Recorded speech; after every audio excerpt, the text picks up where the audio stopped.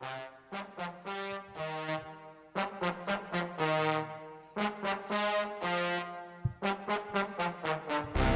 martial arts. Mixed martial arts. How do we like our martial arts? We like your mix! Woo! Man, Casey trying to match the energy of the crowd that will be in the O2 Arena tomorrow. Early day MMA for us here in the United States. UFC London goes down tomorrow at the O2, the UFC's second trip this year across the pond. And the heavyweights will take center stage as hometown hero Tommy Aspinall returns from a devastating injury to take on the surging Marcin Tybura. We got Meatball Molly McCann on the card. This is, it may not be what the last three events have been on paper, but I still think this is a really sneaky card, and maybe I'm alone on this, but we'll see what my fellow colleagues will have to say about this event on paper as it stands. But thank you for joining us for our live UFC London preview show. I am Mike Heck. Joining me, the wise wordsmith himself, my bald brethren, Shaheen Al-Shatti. How are you, Shaheen? Oh, yeah. I'm doing great, Mike. I'm doing great. Casey's intros just always get me, so I'm going. Let's do it. Absolutely. And also joining us, the man who logs many miles for MMAfighting.com, social media guru himself, getting ready for Salt Lake City next week, a BMF title fight. But before that, he joins us here on the preview show, Mr. José Youngs. Jose, how are you, my friend? I'm not bald, so I'm great. How dare you, first of all. Not an auspicious start to the program from your end, but... Kick him out. Just kick him out. Listen, we got to strive for something, and if I can somehow find my way back to getting a head of hair like Jose's, then it's a victory nonetheless. But Shaheen, as I mentioned Mike, earlier... hold on. They're doing great work out there in Turkey. The hair transplants out there in Turkey, buddy. Me and you, we'll go. They're looking pretty nice, actually. I'm seeing some fighters do it. They're looking pretty nice. I'm just throwing it out there. I don't even know what I would look like now with hair. It's been like a decade since I've had it, so wouldn't even know what to do with it. It just seems like a lot of maintenance. I have to like pay for haircuts. I don't want to do that. I feel like life's much easier for me these days, just doing the shiny thing. But Shaheen, the UFC's back in London, and look, this is not UFC 286. I feel like the return in March of 2022 had a lot more buzz. The July return had a lot of buzz. This one, I feel like the buzz has grown. It wasn't really there. I still think a lot of people are feeling the hangover from UFC 290, and on we go. But we're back. We're gonna have a raucous crowd. We got heavyweights in the main event. Are you feeling the buzz now? Like, we had the ceremonial weigh-ins, the fans were into it. Do you feel like the steam is picking up on this card a little bit as we get closer to tomorrow? I mean, certainly locally, it seems like, right? Like, we saw the scenes out there. The English crowd, the crowd always brings it. Like, it's always fun whenever the UFC comes back to London or any of these UK cards.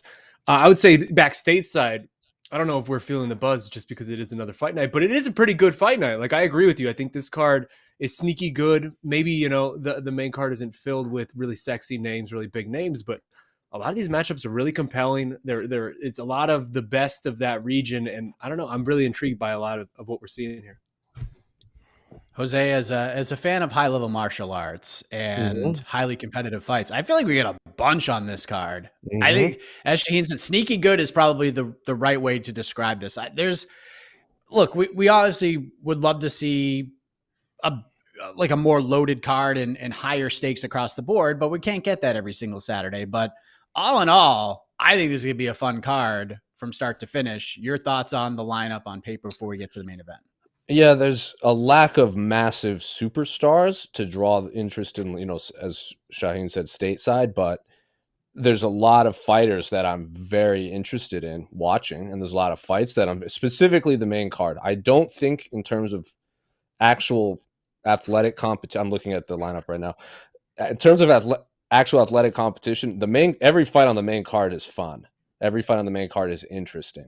There's obviously some fights on the prelims that are probably more for the local fighters, but there's still some interesting storylines, some names that jump out. So not as good as the pay-per-view, obviously, but it's missing the Paddy Pimblets and the Nikita Krylovs and the Gustafsons and the Alexander Ozdemirs of the world from the last. I think they were on the last fight night. That was the one when Tom Aspinall hurt his leg, if I remember correctly. But like, decent lineup, main card. Like, it's a fun fight night. And So it's in the let's morning. Go ahead. And it's in Yes, the I morning. love that. It's in the morning.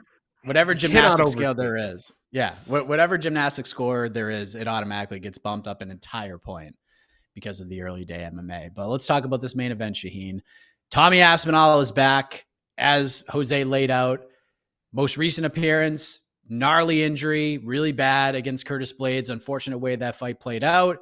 But he's back, seems to be ready to go. He's recovered, and he gets Marcin Tybura, who is on a roll right now. And Marcin Tybura is about to get his opportunity to not only play spoiler, but go from under the radar to right on everybody's radar in the title picture. So your thoughts on the matchmaking here? Because if you're on the Aspinall side of things, I think this is a really good matchup. And Tybura, the opportunity is knocking, chance to really make a move here. Your thoughts on the matchmaking for this main event and Tommy Aspinall's highly anticipated return?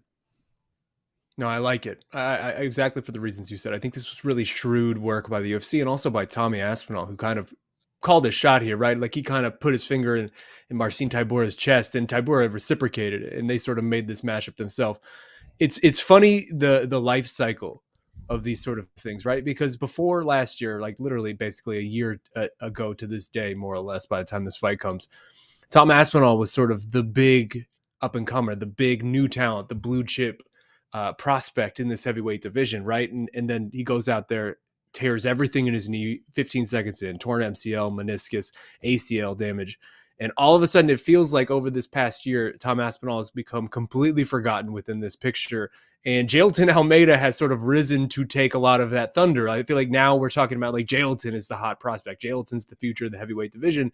And Tom Aspinall was just out here doing rehab for the past year. So again, it's just the memory and the life cycle of all of this is so short term always. But I think this is a perfect matchup for Tom to sort of reintroduce himself. I mean, the reasons we liked this guy as a talent are still very much omnipresent, right? Like, he is big, he is athletic, he's extremely quick, great hands, very dangerous striking, and also that BJJ black belt background. So like, Tom Aspinall is still every bit as interesting of a prospect, to me at least, as he was before that injury. That obviously is a devastating injury. He's only 30 though. It feels like that's something at this day and age that guys tend to come back from. But I mean, in terms of just a rebound fight, right? Like a sort of comeback fight to reintroduce yourself to the mix, I think he couldn't have chosen better. Marcin Tybura is such a weird case in this heavyweight division, right? Like, this is a man who's been around since 2016, who only won like 4 of his first 9 in the UFC, and now all of a sudden, what is it, 7 of the past 8? So he's on a nice little run himself, and it feels like this is just perfect matchmaking in terms of where each man's sort of coming in with the momentum on each side. What do you think, Jose? You like the matchmaking here? Because as Marcin Tybura has done throughout this run, he just continues to quietly sneak in, do his thing, and go home. And it feels like no one's really giving this man a chance here. This is the Tom Aspinall show, and Marcin Tybura is the future victim for the returning English fighter. But do you think this is the right bit of matchmaking for this main event? And not only that, just for Tom Aspinall's return to the cage? Yeah, because it's the only one that makes sense if you look at the top 10 of the UFC rankings. I know we have MMA Fighting's global rankings, but I'm pretty sure the UFC doesn't look at the MMA Fighting global rankings. So just based off of the UFC's top 15, everyone is pretty much matched up, or Tom Aspinall has already fought and beat in the top 15. So I spoke with him in London, and I just asked him, when are you coming back? He goes, hoping for July, sometime in the summer. And I look at the top 15. The only one that really makes sense is Tybura. So it makes sense in terms of ranking. It makes sense because both are, it's not the hardest fight for Tom Aspinall's return. It's not like he's going in there to fight Sergey Pavlovich, who can concuss you and turn your lights out. This is Marcin Tybura, who is just the definition of consistent and steady. He's 2 to 3 fights a year, every year since like 2016. Is obviously has a 500 higher than 500 record, but he's not just melting people away. He's not going out there and just knocking people out. He's getting knocked out. So this is a great fight for Tom Aspinall if he wants to go out there and put on a high level performance and get a highlight reel finish. He's had a main event. I believe Tybura fought for Doom in a main event, if I remember correctly. That was one of those weird ones. I think that was in Sydney. They had 2 non-Australians headline an Australian fight night. And I think Verdum, who's, one of the highest level grapplers, if not the highest level grappler in the history of the heavyweight division, fought Marcin Tybura for 25 minutes, if I remember correctly. So, yeah, great memory. Makes sense in terms of ranking. Makes sense in terms of it's a body that Tom Aspinall can put away. Makes sense in that it's not a guy that's going to go out there and really damage Tom Aspinall if he wants a quick turnaround. So checks down the list. Makes sense, and I actually do like this fight. I'm glad Marcin Tybura is getting more shine because he is a very nice gentleman. He's more than welcome with his time in media days. So yeah, I'm looking forward to it. Shaheen, you mentioned Tommy Aspinall. Not that he's been like forgotten in this heavyweight conversation, but the steam it's lessened for sure since the injury. And you mentioned Jailton Almeida. Sergey Pavlovich is obviously on a great run right now. And we talk about stakes in these fights. And obviously we talked about Marcin Tybura. He goes out there and beats Tom Aspinall in London. That's a huge moment for him. But what does Tommy Aspinall have to do to get back to where he was before? Like, is this enough? Like, if he goes out and just finishes Marcin Tybura, which he's heavily favored to do, will that be enough to get that buzz back where he was a year ago? What is at stake? Like, where does a win tomorrow put Tommy Aspinall in this discussion compared to where it was a year ago?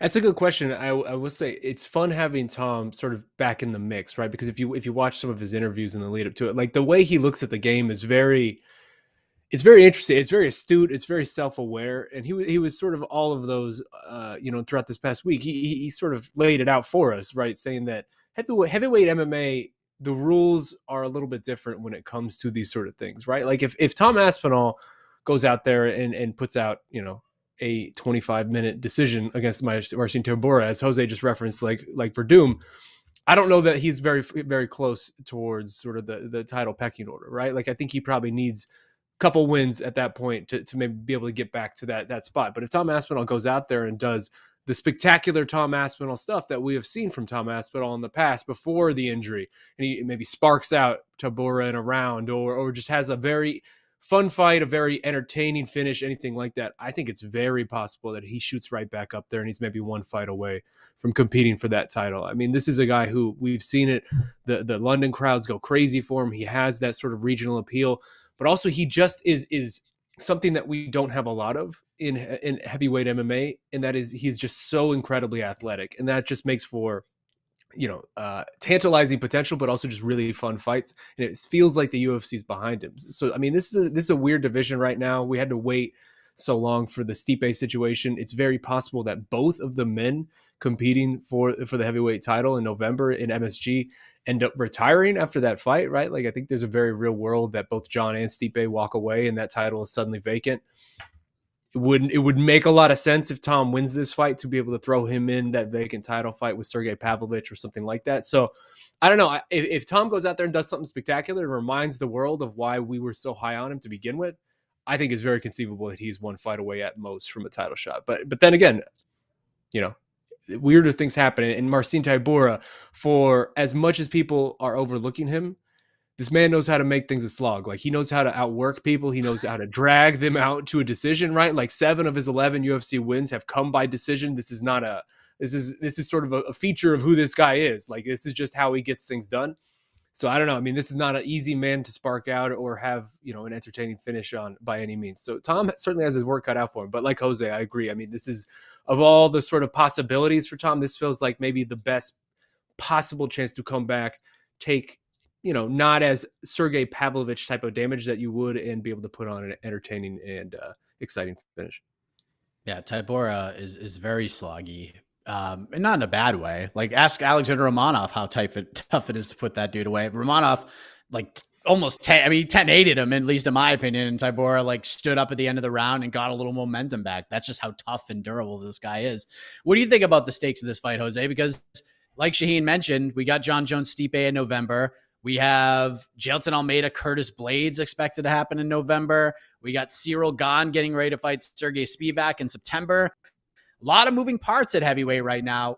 what are the stakes here? Because you'd have to think that Tom Aspinall is going to get a quicker rise to a title shot than Marcin Tybura, even if he gets a win here. So where do you think this puts whoever wins this fight in this discussion right now? What are the stakes? I mean, if Marcin Tybura wins, I wouldn't be surprised if they give him the winner of the Cyril Gane fight, because that's like, if Tom wins, he's either fighting for a title or is in a number one contender fight, because Sergey Pavlovich is going to be one half of that title fight. Because we're all assuming Jon and Stipe retire. Like, whoever wins, whoever loses. I'm assuming they're walking away. I have no insider knowledge whatsoever, but if Jon beats Stipe, I don't think he's going to go from beating arguably the greatest heavyweight of all time to then fighting Sergey Pavlovich. Stipe, there's nothing else for him to prove, unless we live in a world where they just rematch for UFC 300, which would just cause more chaos.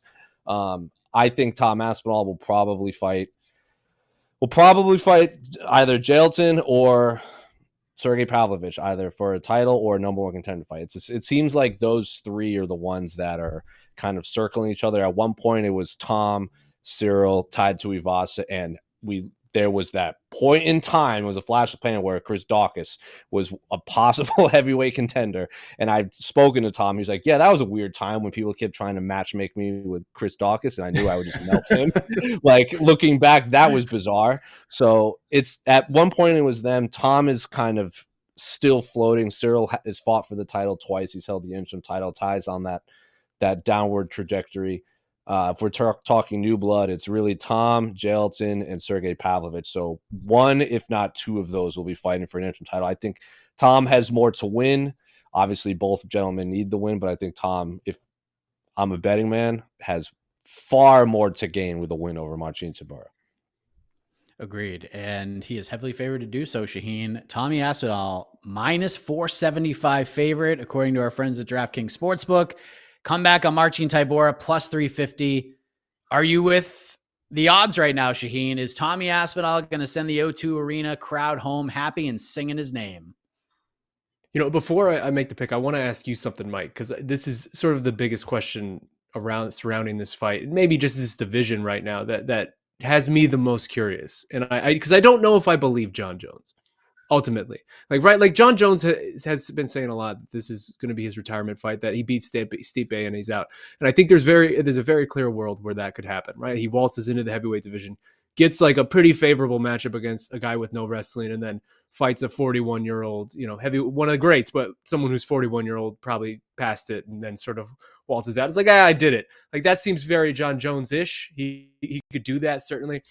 But there is another element to this where, like, heavyweight title defense record is only 3, right? Like, if Jon Jones beats Stipe, he is only 2 fights away from securing himself as the GOAT heavyweight, essentially. And with this division where it is, like, it feels like there are matchups where I don't know that he would be scared to face any of these guys. So do you think there's any world where Tom Aspinall does something so impressive on Saturday that whether it's a finish, a call out, an interview, whatever, that he can pique Jon Jones's interest and maybe, if not sway Jon to stay, at least sort of throw a couple pebbles in that pail of like, hey, maybe there is a reason to stay around and fight some of these guys. Get that title defense record. So I'll say this. I think Jon's going to leave home for a little while, but he's not going to sell his house. So I don't think he's going to retire. I think if he beats Stipe, he's going to say he's retiring, but he'll still like be in the pool and still kind of be in play. He'll be Cejudo-esque in some respects, where he'll just tweet out random things that actually pique his attention. I will say I think Tommy Aspinall is the guy who could get him back. Obviously Francis Ngannou, but we know. But I actually think Tommy's the one guy. I don't think Pavlovich is going to do it. Maybe Jailton, I don't see it, but I think Tommy Aspinall with the butt, if he can get back to where he was a year ago and expand on that buzz that he was getting, maybe Jon wants to go across the pond. Maybe he wants to go fight in London and fight in front of that raucous crowd and have a different kind of a challenge. I do think Aspinall, the current crop of heavyweights who he could fight in the future, I feel like Aspinall is the one guy that could be like, you know what? If Aspinall like wins a vacant title and defends it a few times and just starts running over people, and the questions keep coming, like, could you beat Jon Jones? And he says the right thing to pique Jon's interest, I think yes. So I guess they had your question, I don't think Tyres retires, but I think he takes a sabbatical until something worthwhile for his piggy bank comes along. And I think Aspinall might be the guy. He's not there yet. Even with the win here, I don't think it's enough. But if Jon walks away, vacates the belt, Aspinall wins the title, and then runs off a few defenses and people really get behind him, I think he could be the guy to get him back. I think I agree with you. Like I just something about Tom feels like he has the right sort of mix of charisma, right? English speaking Jailton's sort of lacking there, and like the fan base, and just sort of, I don't know, like an intriguing skill set as well. I mean, Jose, are we crazy? Yep. I'm not overly impressed with Tom Aspinall's resume. I like Tom as a guy quite a bit, but there's nothing like he's everyone in the top 15 heavyweight division, even Sergey Pavlovich is more charismatic than Stipe Miocic. Stipe Miocic just has all of the records. I think that's the only reason Jon is fighting him. I think Tom is so talented.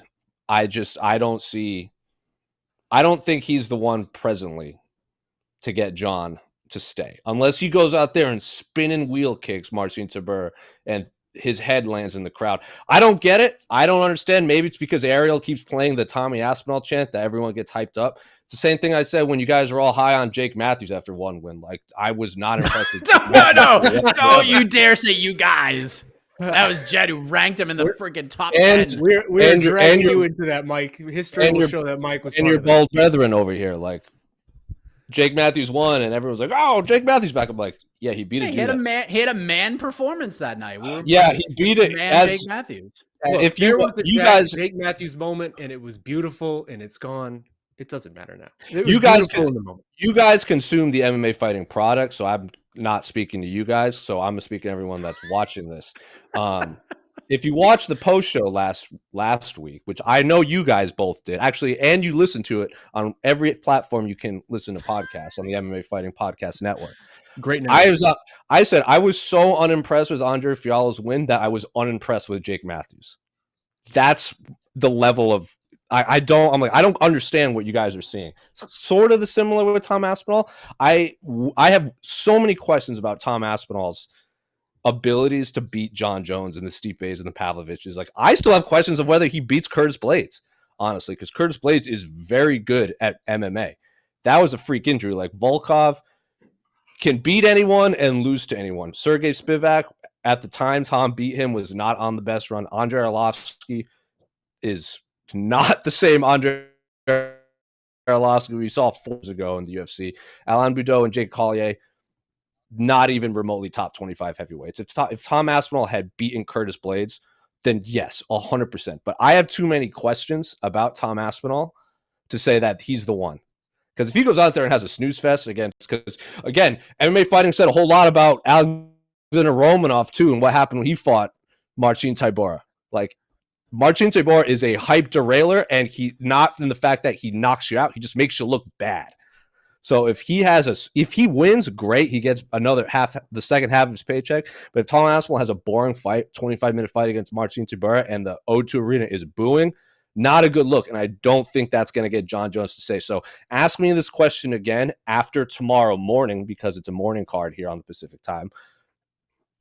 But presently, right now, as we are recording this, I can't definitively say Tom is the one. I have too many questions, and I'm not jumping on the train just yet.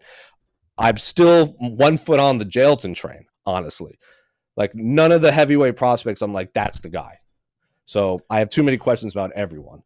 I would say I don't know that we mean like he's the guy that's going to beat Jon. No, that's what I want. I don't think anyone in the top 15 right now beats Jon Jones at heavyweight. I'm on record because again, you guys consume the product at the title prediction show that we did.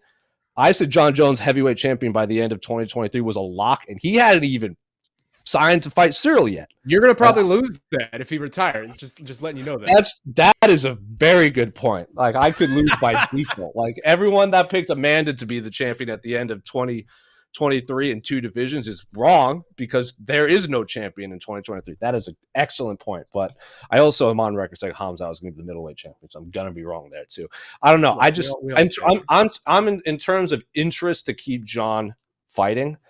I don't know if there's anyone in the heavyweight division right now that keeps him fighting. They can be, but not right now.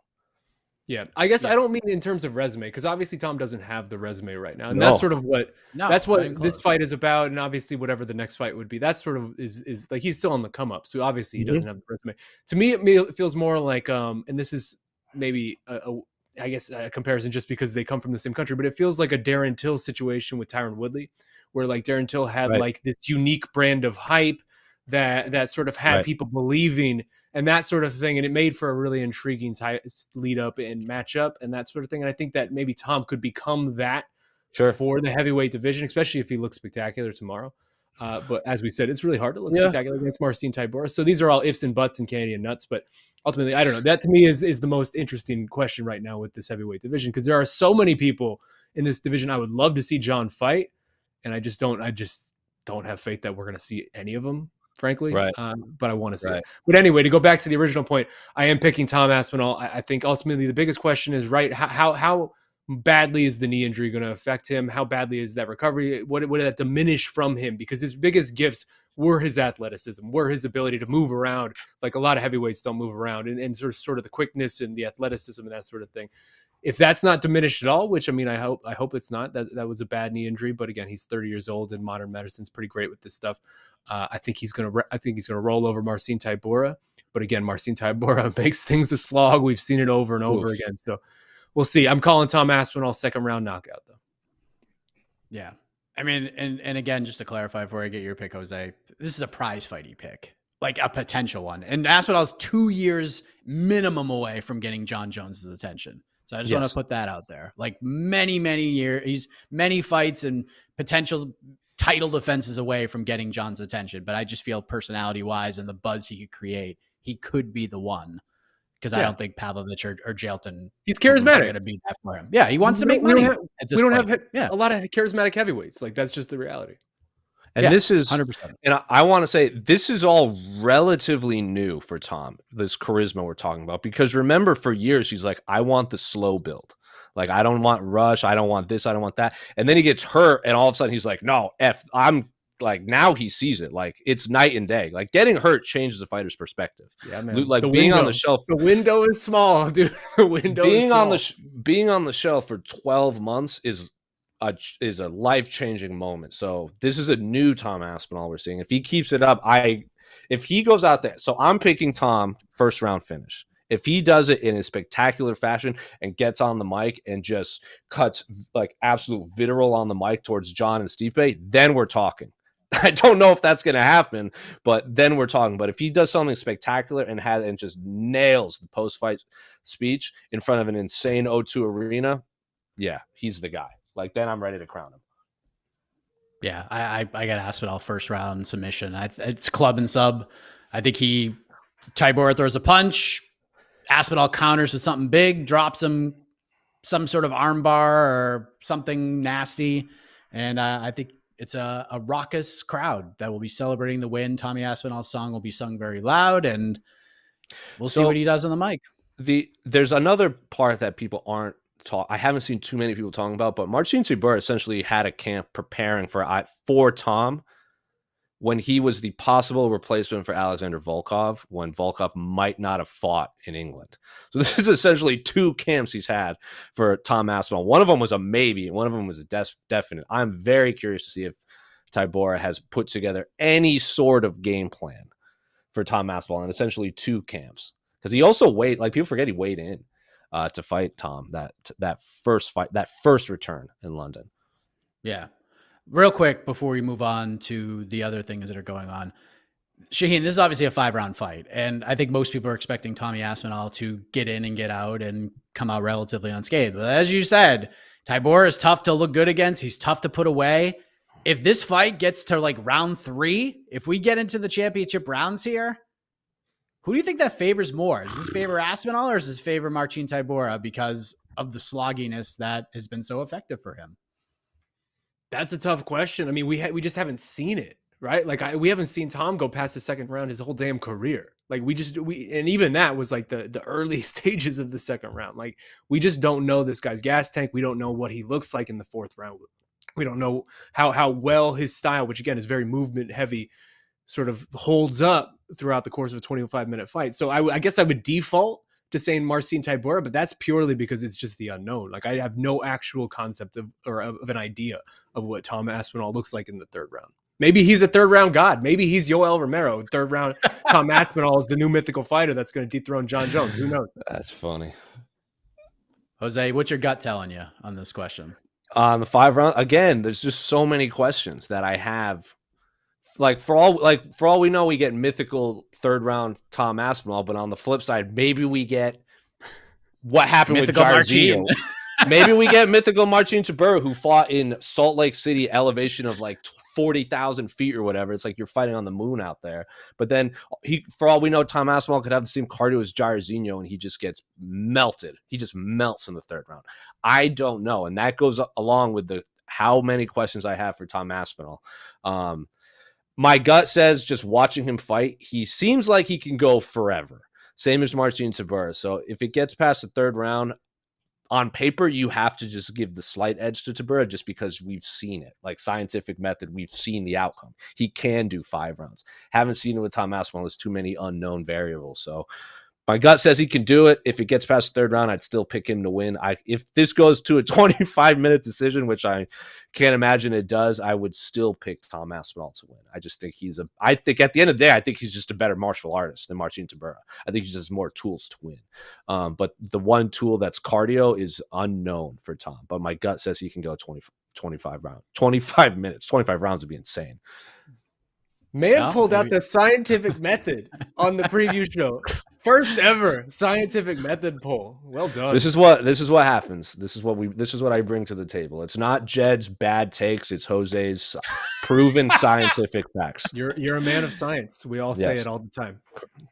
Yes, I mean these last couple of preview shows I've been a part of, the difference between Jimmy's and sprinkles and the scientific method. Only here. What do people say? Oh, okay, Mike, you're from New England. Sean, this is unrelated. Actually, this is way more important than anything. Oh no, is it Jimmy's or sprinkles? Jimmy's or sprinkles? Real quick. Of course, it's not Jimmy's. I've never heard that in my life until. Okay, Mike, you're from New England. Is it Jimmy's or sprinkles? When I grew up, there is an answer. It was Jimmy's when I grew up. 100%. It's chocolate Jimmy's, rainbow sprinkles. End of story. Yeah, I didn't get rainbow anything, so it was always chocolate Jimmy's for me. That's fair. Chocolate Jimmy's. We shall move on. You know what's interesting about this card? This is what I like about it. We get to a fight. It's the co-main event where we have gone from what the hell are we doing here to, ooh, I'm actually really intrigued now, because the UFC announced a couple of months ago that Molly McCann was going to fight Julia Stoliarenko in a flyweight fight. And my immediate reaction was, why are we doing this? Because don't you want Molly to fight on the card? Julia Stoliarenko's fainting on the scale, trying to make 135. Yep. Why are we going to do this at 125? So a lot of people are just expecting her to step on the scale today this morning at 129 or 130, and maybe Molly will take the fight with a little forfeiture of the purse. But good Lord, Shaheen, you were watching. Julia Stoliarenko looked like a new person at 125. She skipped and frolicked and smiled and brushed the dirt off her shoulder on the scale. She looked great. This fight has now become much more intriguing to me after seeing how she looked on the scale. Are you with me? You're right. I was up at 3 a.m. watching this because I'm a maniac and I have no idea what I do with my life now that I have a baby. So that's what I do with my life, because sleep is a foreign idea to me and a foreign concept, and it's just a great time. I'm intrigued. I don't think I'm as intrigued as you, Mike Heck, because this to me, I always look at sort of the situation that Stoliarenko's in as like it's the desperation move, right? Like you've lost 4 or 5, you're sort of possibly on your way out of the UFC. Like this is the move. You change divisions, try to get the new chapter. It just generally doesn't work, and generally I don't know that like fighters end up looking better when they're doing this type of thing, especially if it's going down. Maybe going up in weight, that there's something to that of like, hey, you don't have the weight cut and you have more energy, that sort of thing. But like going down in weight feels like it never ever works unless you're like maybe late stage Jose Aldo, and even that was like I was incredibly dubious of it.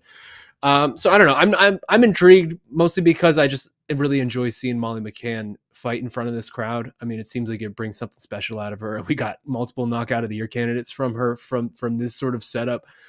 So it's just fun to see her back in this environment after she basically got murdered by Erin Blanchfield, which that like that was the most insane matchmaking ever. Like I understood what they were doing there, but it was just cold blooded. It was very ruthless by the UFC matchmakers to be like, hey, Molly McCann, here's all your momentum. Go fight Aaron Blanchfield, who's about to be champion in this division.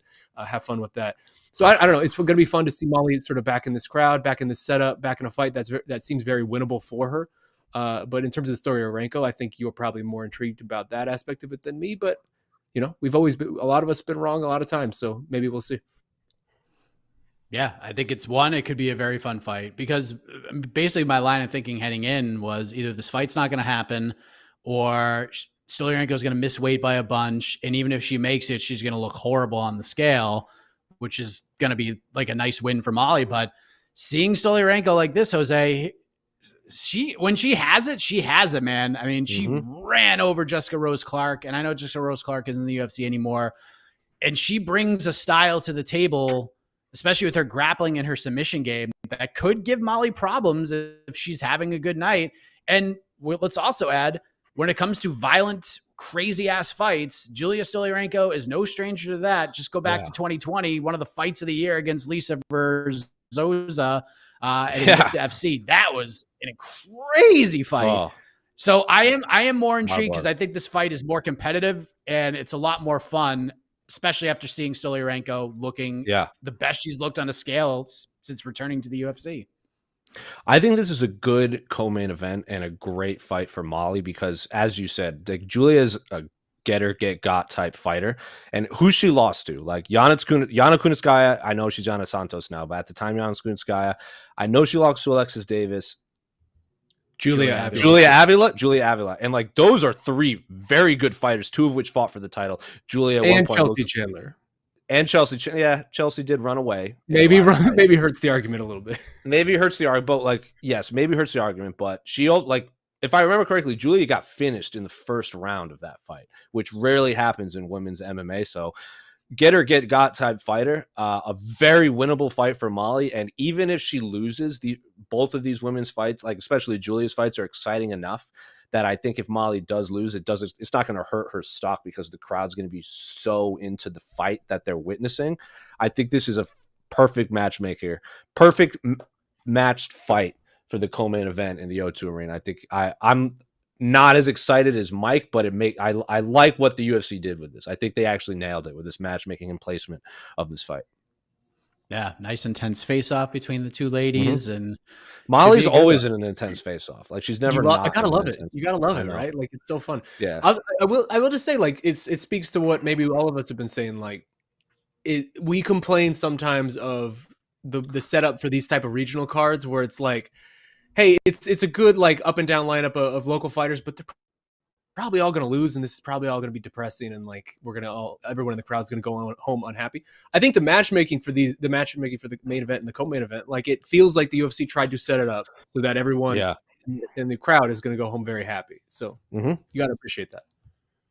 Yeah, some money has come in on Julia Stoliarenko since she made weight, by the way. So Molly McCann minus 210 favorite, plus 180 for Stoliarenko, about 20 points back towards even for Stoliarenko. I think that was the big question in a lot of people's minds heading into this fight is could she make the weight? Got Nathaniel Wood, Andre Feely, great fight. Andre Muniz, Paul Craig has gotten a lot of attention this week because that was another question about a gentleman. How's he going to look on the scale? And Paul Craig made weight like a champ. Looked tremendous. Look good. Looked real good. Yeah. That is just going to be, this is the fight on the card where I could make a prediction, but I literally have no idea what's going to happen, Shaheen. I have no idea what this fight's going to look like. Dude, I love this fight. Like, there are objectively better fights on this card. Like, I would say the one you just mentioned, the Feely Wood fight is probably the second best fight on this card. And then even LaRon Murphy, Kulabau. Like, I think I really like that one as well. That's probably my third favorite on this card. But like, I am probably the most interested in the Paul Craig Muniz fight. Just for like a lot of weird different reasons, right? Like Paul Craig, we've seen him consistently just really struggle with the power of the guys up there at 205. He looked pretty good on the scale. Like he didn't look like he was really struggling. This is just a grappler's delight. Like I just want to see these dudes in scrambles. I just want to see whatever's going to happen the moment that they sort of lock up and things start working. Because I mean, man, Jose's throwing all these moments out that we're all wrong on, whether it was Romanov or what was the other one? I forgot. Muniz. Jake Matthews. Jake Matthews. Yeah. Andre Muniz had maybe the biggest, most wrong moment from all of us on MMA Fighting. Yeah. We thought this guy was the second coming of Damian Maia, and he is just very ordinary these last two fights. So like, this is a big moment for both these guys, right? Like this is sort of a crossroads type of fight for both these guys, and I'm really intrigued because again, I just want to see them grapple. Like I just want to see the moment they sort of tie up what happens. Jose, you get that look in your eye that you're right there. That fight has I'm so intrigued by this fight because that has the highest potential to be just an unbelievable grappler's delight or just a trash kickboxing fight. Yes, like I'm so interested in this because every time we get jiu-jitsu, like high level jiu-jitsu, like this isn't just high level jiu-jitsu, like this is the highest level jiu-jitsu in these two guys fighting. And they're just going to cancel each other out. And it's just going to be a garbage, sloppy kickboxing fight, which I'm all for. I love seeing jiu-jitsu guys just throw bad kicks and punches. So I'm very excited about that. I love this fight, but this has, if there's a this is the highest possibility of just being a bad fight, and I'm here for it. Also, there is a real low-key, sneaky element to this fight, and Paul Craig's introduction to this division. Yeah. Man might be the new favorite for the middleweight title. I'm just saying. I'm putting it out there. We can see how the current champion. But Man might be the new favorite to take that because he is all about what middleweight does. Who's the current champion, Mike? I mean, kind of Brendan Allen because he took the belt and he's looking. Brendan Allen is winning the he's belt, so but he's good. not middleweight. He's too good. He's so good. He's so good. We haven't stripped him yet because I feel ever since he won the middleweight title, he's had his best performances back to back. So I almost feel bad like taking it from him because I mean, until he wins the actual middleweight title, then we. Is it Brad Tavares? Is it Brad Tavares? He's been in the UFC for like 70 years and he's never even cracked the top 5. Krzysztof Jotko is the GOAT middleweight. Yes. That's fair. Jack Hermansson's probably somewhere in that conversation. I feel like with Brendan Allen, we can like sort of honorarily like elevate him into like a super boss status, where like he's like Goro, like Shang Tsung was like Marvin Vettori. He's like too good to really be in this conversation, but he's sort of the epitome of this. And then like Brendan Allen can be Goro. He's like the one with 4 arms. You're comparing Brandon Allen to Goro. Yeah, he was like the mini boss. He's like the one before the big boss. Yeah, I'm like the Neil Magny of the middleweight division. Just beat him. You're a top 10 middleweight. Yeah, that's fair. I get it. We had a great question on Heck of a Morning this morning because I don't love Gatekeeper. I like litmus test or other things to go around it. And someone was like, I'm going to introduce the Andy Dalton line like we use in the NFL when it comes to comparing quarterbacks. So we did a little exercise. We went through each division and we said like, who's the Andy Dalton of every division? It was a fun little conversation we had. That's fun. It was definitely a fun conversation. Pro Bowler Andy Dalton? What's it? Yeah, Pro Bowler Andy Dalton. He's Dalton of lightweight. Like, what was the Andy Dalton line on lightweight? Ooh. I think a lot of us landed on Dan Hooker, where he's like really good. Like he's good and has potential, and when he's on. But like he's the guy that like you have to beat to show that you are like a title contender. That's fair. So I think that's a good one. That's a good one. Best division in sport. We had some fun. Middleweight was a good conversation. Brad Tavares was a popular one. Gerald Mearshauer was a popular one. I think it's Brad Tavares because you look at like Edmund, Israel, DDP, like those guys beat him, and then they beat that. After that, they were like headlining fight nights. So I think Hermanson was a popular one. It was a fun conversation. Jai Herbert for as I am could be a fun striking delight, but if Jai Herbert wants to go out and get a victory in the cleanest possible way, this will be a lightweight fight because he will have takedowns. Jai Herbert, I've become a big fan of Jai Herbert, his personality over the last 12 months or so, because he is very open to talking about everything. Like his losses, he's like, I fought Leachbar and got destroyed. And then he'll like talk about how he thinks Ilya versus Volkanovski will go, even though it's not even his weight class. Like I like Jai Herbert. He's very open about everything. Yeah, I like Jai as well. And then we have LaRon Murphy, Josh Coolbaugh, great fight. I love that. Oh, Love that's the dark that. horse for fight of the night. That's the dark horse. Josh Coolbaugh is never in a bad fight. I think he's the biggest mixed martial arts fan on the UFC roster. Like in terms of like, he's the biggest UFC fan. Like I talked to him in the Fighter Hotel in Perth. This dude was pulling things out that I'm like, I don't even remember that. And he's like pulling out fights and names. Like this dude knows everything. He watches everything. So I am very excited for that fight. And LaRon Murphy is just awesome. He's such a good fighter too. This is my dark horse for fight of the night. LaRon Murphy to me is the most slept on like pseudo contender right now in this 145 net pound division, is purely just because he doesn't fight a lot. Like it's the Arnold Allen thing. It's exactly what happened to Arnold, where it took forever for him to sort of reach that conversation. That is what's happening to LaRon Murphy right now. And it's a shame because this dude has been in the UFC for like 4 years now, I think. And he's only like got 5 or 6 fights. And it's just, they're all spectacular. I really like, I'm so high on this guy's potential and just talent, but also like his backstory, the reason they call him the Miracle. I will never not bring this up if I'm ever able to talk about it. Like this dude's insane. The fact that this guy is alive is just crazy. If you've never heard LaRon Murphy's story, you should look it up. I wrote something on it a long time ago. Man's just standing on a street corner when he's a teenager. Gets hit by a drive-by shooting, 2 bullets in the throat, 1 in the mouth, like goes straight through his cheeks. There's still a piece of bullet embedded in his tongue. He spits out the bullets and then asks his friend to drive him to the hospital. Like that's insane. That's an insane thing to happen. Like that dude is tougher than all 3 of us combined. I just wish he would get the opportunity to be able to spread his wings in this division, because I think he could do really well if he gets the shot. I mean, anyone that's been shot in the face and lived is probably the toughest fighter on the UFC roster. Like what is like in any weight class? I mean, I know Blagoy's not in the UFC probably anymore, but he got stabbed like 1,000 times in his back too. That's pretty aggressive, but getting shot in the face is like what did he say? Spitting out the bullets. Like what are we talking about? Like Pizzi interviewed him when he was with MMA Fighting, and he was like explaining like how it was, and he goes, the thing that he remembers most is the smell of the bullets after he spit it out. And I'm just like, oh my god, like there's nothing in my life that I'll ever experience that's on that level.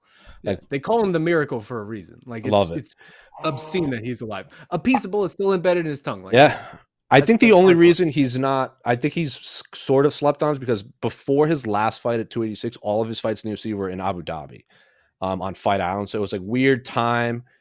Only one of them had a crowd because it was like the 242, the Cater Ige fight, the Chiesa Magny fight. Like these are all, I guess 242 had the card, but it was the Habib show, so no one really remembers any other fight below that.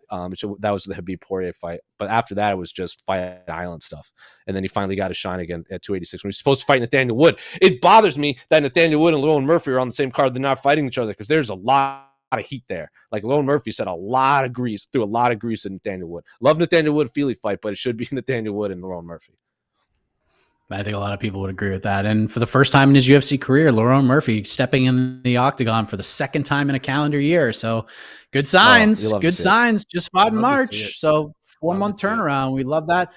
Yeah, it's going to be a fun stretch. Mark Jacasey, Joel Alvarez could be good, but it could be kind of soggy if Jacasey just starts spamming a bunch of takedowns.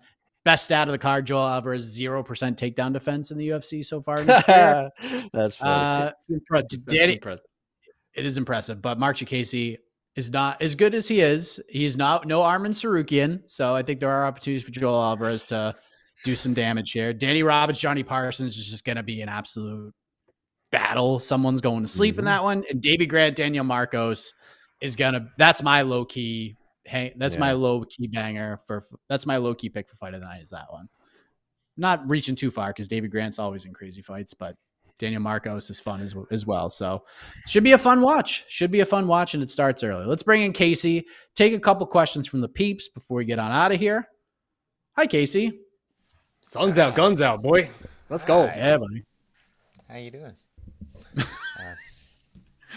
The energy levels from when you last spoke to now are night and day.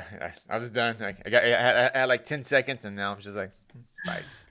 All right. Questions.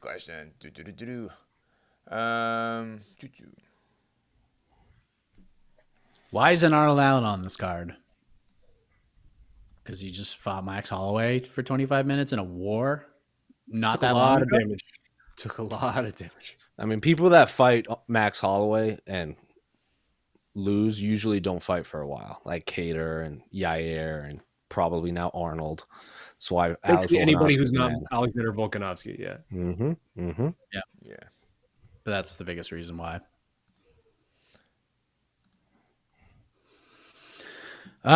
Suave Rico Suave. Ticket price for this card were a joke. As an English MMA fan, the UFC priced average blue collar workers out. The nosebleed seats were £200. There were lots of tickets still available this week. You know what's funny? Like we were talking about this and on to the next one. I didn't see a lot of tickets left over on Sunday. There were maybe a couple hundred, if that. But I get hit up all the time about the Boston ticket prices as well. It's like $500 to sit in the balcony right now, but that place is going to sell. People are just going to pay the prices, but That's the key. That's the key. It sells out. That's why they're not going to Mexico, because they'll make the prices that, and it won't sell out, and they can get the same crowd in Texas or Southern California. And it's logistically a nightmare to hold events in Mexico.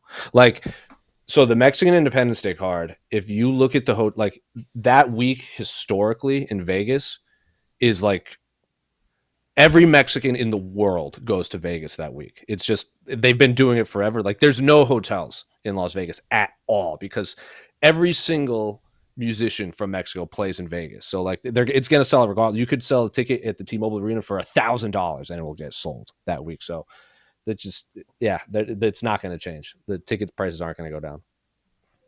Well, they'll go down if people stop paying those prices. That's never going to happen. Not happening. Yeah, like if you pay these crazy prices, then the UFC is gonna be like, oh, we should charge more then. Mm-hmm. Like, UFC is a business first. Then they throw some fights on. Mm-hmm. Don't ever forget that, people.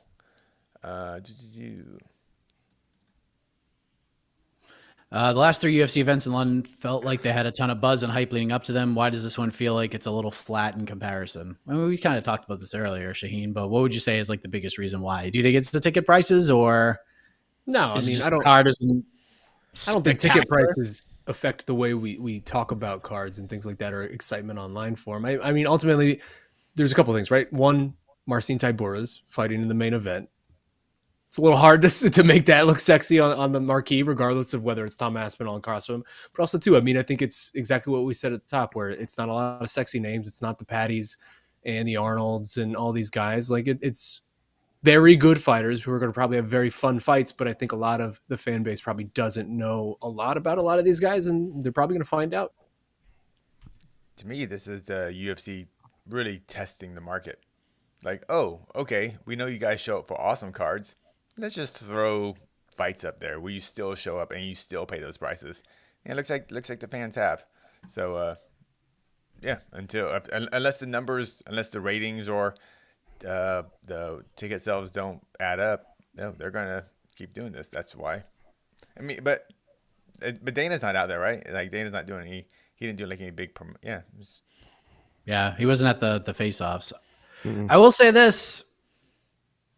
Not having Patty kind of hurts this one a little bit. Yeah, for sure.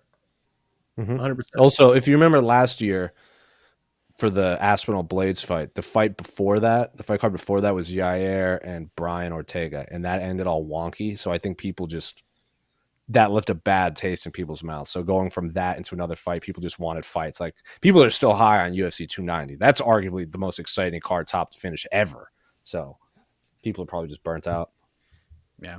There's also two pay-per-views this year. Well, that's the thing. Literally next week is like the fight that everyone's been waiting for months. So it's kind of. We only have so much enthusiasm we can put out there. We have to kind of contain it, I think. I mean, even the week after that is Paul Diaz too, right? Like, it's just a lot of big stuff coming up. Mm-hmm. Yep. Yeah, and then we get obviously Rob Font, Corey Sandhagen in Nashville, another crowd event, and then off and running. How crazy is it that number 4 Kelton Vieira versus number 7 Pani Kianzad is on the prelims, considering there is a possibility with Pani, who has won 5 of 6, to enter the title scene? Because it's women's bantamweight? It's not that crazy. There's 11 fighters in the division.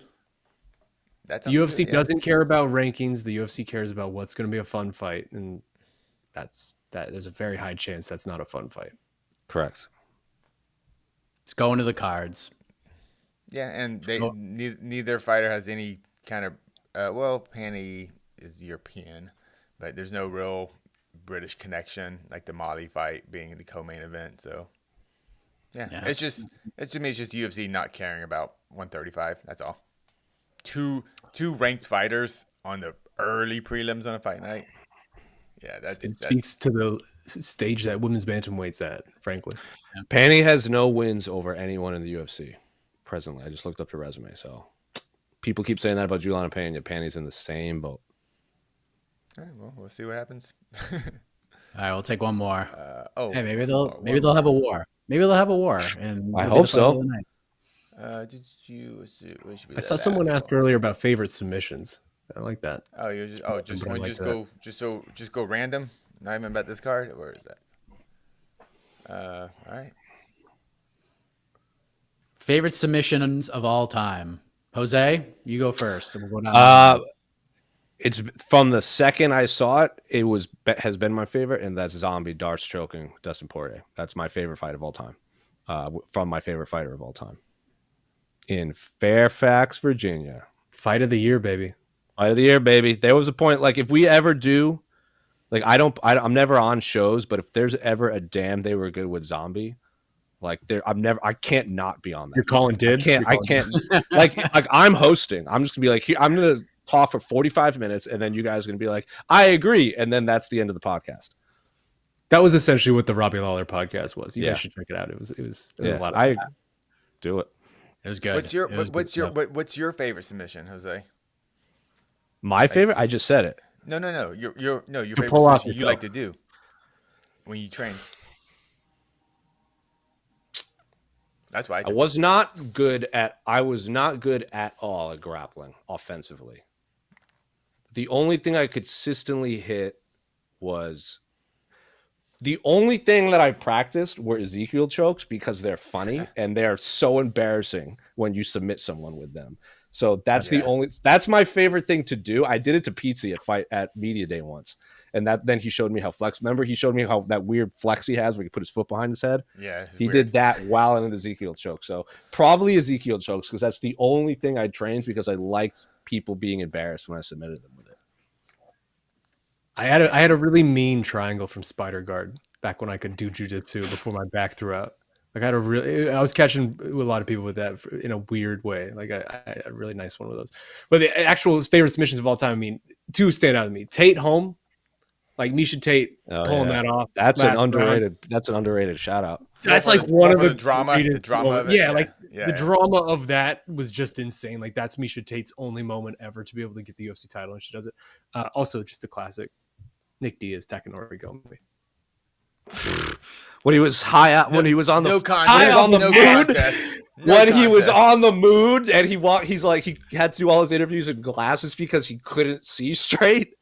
I love that. Goes in there and go Plata's one. Oh my god, that's objectively that's one of the greatest. Like Mike, remember in BTL when we talked about if you could make a documentary about anything, like anything in MMA, that was the final thing, and I said the last Affliction show, and BT said I don't have an answer, and somehow he still won the round.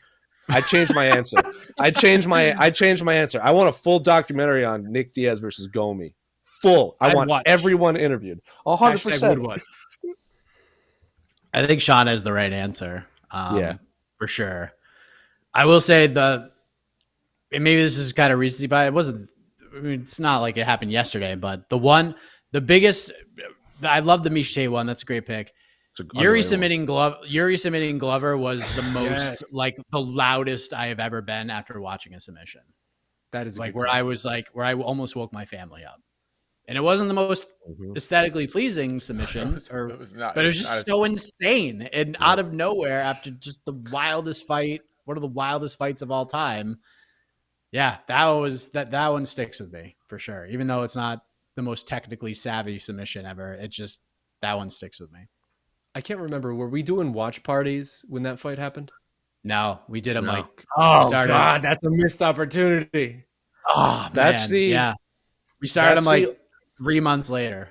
That's the only. So on Media Row, you guys all know there's a lot of bad journalists out there who celebrate and clap and cheer and everything. So I get a lot of flack for I'm just like stone faced the whole time. The Glover Yuri one is the only one where like the most emotion I show is I like sat back. I was like, damn, but like I didn't change. Like I like when Yuri tapped Glover, I just went. That was my emotion. Like if there's a sky shot, someone in the crowd has a sky shot of Leon kicking Usman in the face, and there's just Jose like this, just dead behind the eyes. Just the true pro out there. I do my best. I'm no Garrett A. Davies applauding and coaching Tyron Woodley from Media Row. Straight call out. Jeez. What about you? He'll admit it. He talks about it all the time. For just technical abilities and athleticism and drama, Demetrius Johnson over Ray Borg. Yeah. Oh yes. Yes, That's a great one. I mean, technique-wise, that's the greatest thing I've ever seen. Technique. The athleticism, technique to do that to a The high-level time. fighter. Yeah. And that's my favorite. Drama-wise, I'm going to go very recent. I'm going to go Grasso over Shevchenko. Just because, That's a good one. because I've seen the watch party clips so many times of you guys watching that and just all the emotions and especially watching Jed's face just like down the toilet because he goes into so many stages, like it's the stages of grieving. She's out. She's out. She's good. Oh wait, she's not good. Oh, and then acceptance. Ooh, yeah. I'm surprised no one said Anderson Shale. That seems to be like the answer everyone gives. That's a good one too. That's a good one. Yeah. The DJ one also the DJ one was that's a good one too. The only reason Misha Hawley is not talked about more is because the very next fight Nate Diaz taps Connor. Yeah, that's when me and Casey actually met because we had a bunch of beer being like thrown at us from the Raptors because we had the auxiliary seating and we were just like hiding behind like anything we had while just beer was rained down upon us. The Ray Borg one is a good call. The Ray Borg. Yeah. I don't know if this is true. I feel like this is true. He can tell me if I'm wrong, but I'm pretty sure Mr. Alexander K. Liu, who is not here, who is still on vacation, voted that number 2 for submission of the year that year. Oh, what are we doing? I'm going to find this out. What did he vote for? I could be totally wrong, but I know that somebody did. And I think it was him, and I will never ever forget that. That's why he ran away. Watching that submit, like I didn't even like the reaction to Yuri submitting Glover was much different than the DJ one. The DJ one was like watching Shoni Otani just hit a home run where you're just like, get the fuck out of here. Like that's how I felt about DJ with that submission. Like, come on, dude. To like, break the record, man. To break the damn record. So absolutely insane. Well, he voted when Brett Johns pulled off the calf slicer. That's which is a great submission. Which is a great submission. I remember that vividly, but like he voted that number 1 and Ray Borg losing to Demetrius number. That 2. makes no sense. Even just from a straight technical standpoint. Those are the like I'm looking at all your guys' votes. Everyone relatively had the same top 5. Like you all had the same number 1 except for him, and then like 2 through 5 are all like a mix mash. AK Lee all of the rest of his votes are outside your guys's. He's just an anomaly that year. VK Lee just disappointing us all. My best friend. Well, not anymore. Note, yeah. Hit the music. We are done. We'll be back to answer more questions bright and early tomorrow. Get your coffees ready. 11:30 a.m. Eastern for the People's Pre-Fight Show, and then we'll be back for the post-fight shenanigans after Tommy Aspinall and Marcin Tybura get finished doing the damn thing, and then we'll have on to the next one. I have to find a co-host for that, so keep your Slack channels open. You might get a DM from me. So thank you all very much. Appreciate you. For Casey on the 1s and 2s, Shaheen, Jose, I am Mike Keck. We'll see you tomorrow, everybody. Morning fight. Love it.